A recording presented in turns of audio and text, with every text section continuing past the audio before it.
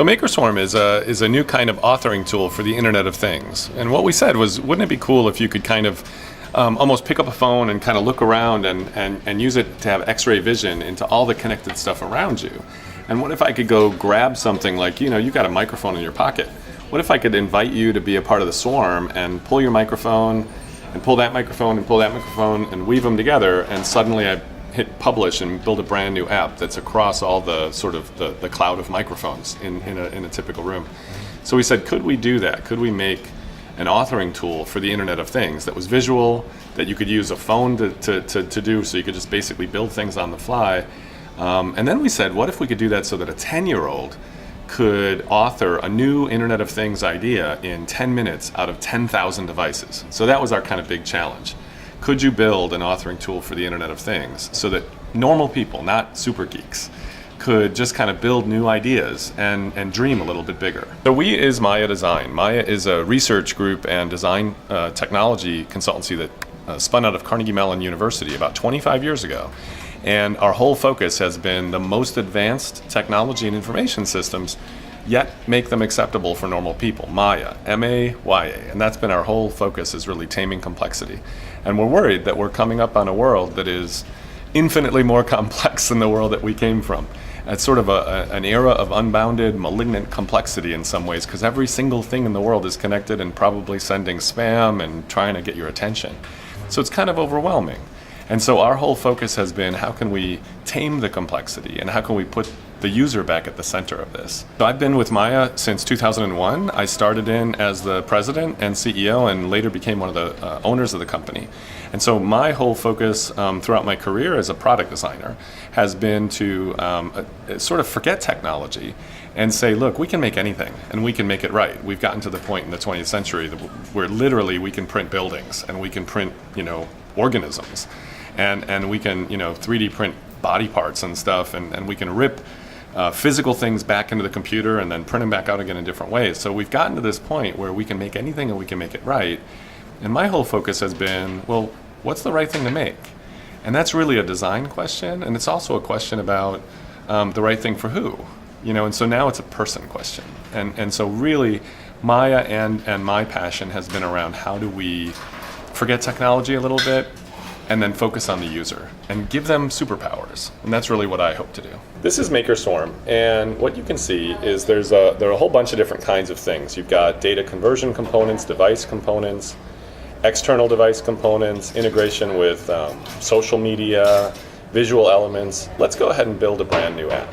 So let's say I hit create app, and I can this is how you program. I say, I want to add a component. And now what it does, it lets me x-ray the phone itself. So I can go into the phone and I can go, what does this phone have? It's got an accelerometer, it's got an alarm, it's got a back camera, a front camera, GPS, gyroscope. It's got all that stuff in there, but you just normally can't access it. So torch, that's like a little flashlight for the camera. Let's go grab a torch. And look at what a torch can do. A torch just has in and out. I mean, it's just on and off, basically, right? That's what you do with a flashlight. Let's go grab a button. I'll go here. I'll pick a visual element, I'll go grab a momentary button, and now I'm just going to wire up, and what I'll do is I'll just grab that and wire the on-off to the button. So that's it, I just programmed it. So now, boy, it'd be nice if I could lay that out a little bit. Let's go to the UI editor, and I'll pull the button out, and I'll make it a really big button right in the middle of my screen. All right, I just did that, so not too complicated, let's try it out. I'll hit launch, and now there's the big button I made. And there's the flashlight I made. Now that's real simple, right? I push the button, it lights things up. But what if I wanted the button to be over on that device over there? This is kind of a peer-to-peer thing. So I could say select peer, and I could say Callie or Hadrian. Actually, take a look at this. It says Callie, that's the name of the device. So let's go ahead and pick Callie. So now the button is on Callie, but the flashlight's over there. Let's go ahead and run that program. So now I just swarmed together two devices. Oh, look, there's a big button over there. So let's try that. Oh, all right. Now I've got a button over there and a flashlight there. Right, so real casual. So let's try something else. We'll go back. And boy, it'd be cool if when you hit that button, both of these phones lit up. So I could create like a swarm of lights. So let's go ahead and do that. And I'll say, let me hive this component. And it'll show me all my buddies. And it'll show me other devices that are owned by different buddies and stuff. So Let's see, there's the phone over there. And, you know, I could pick from anybody's devices and have it there. So this one, you can now see Callie and Hadrian, right? So Callie's there, Hadrian's there. That's not bad. Actually, let's do this. I'm going to add another component. And this time what I'm going to do is I'll put another torch in. So now Callie's got the phone, Callie's got the button, Hadrian's got the light, but I also want my phone to still be a flashlight. So I'll wire another button up, and I'll just drag it over here. And so now mine will do it, Hadrian will do it, and I'll do it all with the button over there. So let's go ahead and run that app. So there's the button again. So what do we have here? We got right, too. And I could have done that with 50, 100, 10,000, 100,000. You know, anybody who's part of the MakerSwarm, we could invite. So imagine I'm going to a concert, and you know, and I go, I want to invite all my friends who are at this GPS location at tomorrow at 5 o'clock at the concert. I want to turn on all their microphones and in their pockets, and I want to say, hey, pipe that through Google Voice, and if you hear wow or a cool band or oh, I really love this, automatically go find the music for them and automatically download it to their phone, or automatically stream all the cool things that they're saying up onto a giant wall. So I could casually assemble things in minutes and learn and build and dream bigger about what happens, because we're in a sea of devices already. We just don't know it, and we don't have sort of the X-ray vision to see what's possible. So it's currently designed for mobile phones, but what we did was we connected it to a bunch of other Internet of Things devices. In fact, here, take a look at this. We'll come back in and take a look at the choices. I have external app integration, and it can connect to other apps on your device and actually use them. So I could go grab Google Voice, I could go grab a map from a different app, and I could use that. So not only the phones, but the actual apps can give us features without us having to rewrite their code. This uses a little trick that's in some of the mobile devices like Android. But if we look again, take a look at some other things. External device components. So you can see there's an AR drone component.